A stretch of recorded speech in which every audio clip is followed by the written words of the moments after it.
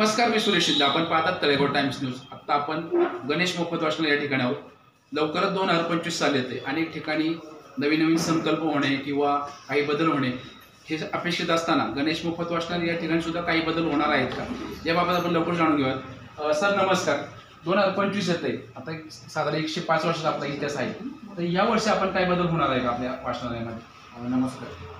जसं आता अध्यक्षांनी सांगितलं की एका छोट्या पेटीपासून प्रवास सुरू झालेला वाचनालयाचा प्रवास आज भव्य इमारतीच्या रूपात आहे. त्याचबरोबर आज वाचनालयाची ग्रंथसंपदा 43,000पेक्षा जास्त आहे.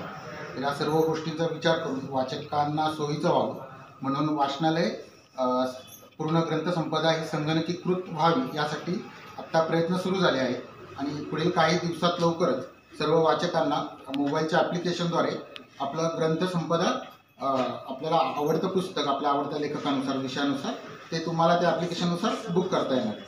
त्यामुळं हा एक बदल आम्ही आगामी काळात आपल्या सर्व वाचकांना बघायला मिळेल. बरं, आणि लहान मुलांसाठी काय आहे का आपल्याकडे वेगळं असं? हो, मला नक्कीच सर्व बालवाचकांना आणि पालकांना आवाहन करावं असं वाटतं. सध्या आपण बघतोय की लहान मुलं हे मोबाईलच्या आहारी जाताना दिसतात. त्यामुळे त्यांच्यात वाचनाची आवड निर्माण व्हावी. सध्या वाचन होतच नाही असं होतच नाही. बरोबर. म्हणून त्यांच्यात वाचनाची आवड निर्माण व्हावी यासाठी वाचनालयात बालवाचकांसाठी मोठ्या प्रमाणात ग्रंथसंपदा उपलब्ध आहे. आणि म्हणून मी असं आवाहन करतो वाचनालयात की आपल्या पालकांनी आपल्या मुलांना आवर्जून वाचनालयात भेट द्यावी आणि ग्रंथालयाचे सभासद व्हा. तसं मला आणखी एक प्रश्न विचारायचा की साधारण आपल्याकडं 50 ते 60 वर्षापासूनची पुस्तकं आहेत. मग याचं जतन करण्यासाठी आणखी काही बदल होणार आहे? हो, नक्की. आम्ही याच्यात काही आत्ता बदल करत आहे की आत्ताचं आपण ऐकलं की 43,000पेक्षा ग्रंथसंपदा आपल्याकडे आज उपलब्ध आहे. आणि त्याची एक अडचण पण आम्हाला जाणवते की वाचकांना त्यांच्या आवडीनुसार व लेखकांनुसार पुस्तकं शोधणं थोडंसं अवघड जाते. म्हणून त्यांना सहज उपलब्ध व्हावी त्यांची नावं व लेखकांची नावं यासाठी आम्ही आत्ता सर्व पुस्तकांची यादी ही संगणकीकृत करत आहोत. आणि याचाच एक भाग म्हणून सर्व वाचकांना पुढील काही दिवसात त्यांच्या मोबाईलवर ॲप्लिकेशन उपलब्ध होणार आहे आणि ते एका क्लिकवर त्यांचं पुस्तक हे सहज उपलब्ध बुक करू शकतात आणि त्यांच्या देवघेवचीही त्याच्यात नोंदणी पूर्ण आहे.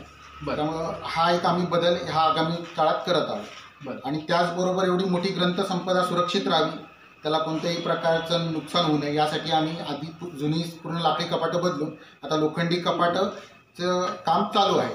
आणि आवश्यकतेनुसार आम्ही CCTV कॅमेरे लावले आहेत की सर्व पुस्तकांवर व इतर गोष्टींवर लक्ष राहावं. तर असे काही आम्ही बदल करत आहे. आणि या बदलांच्या दृष्टीने मला एक आवश्यक किंवा एक गोष्ट नमूद करूशी वाटते की हे सर्व बदल शक्य होत आहे ते तळेगाव व त्याच्या परिसरातील देणगीदारांमुळे. इथं जे देणगी देतात त्यातूनच हे सर्व बदल शक्य झाले आहेत.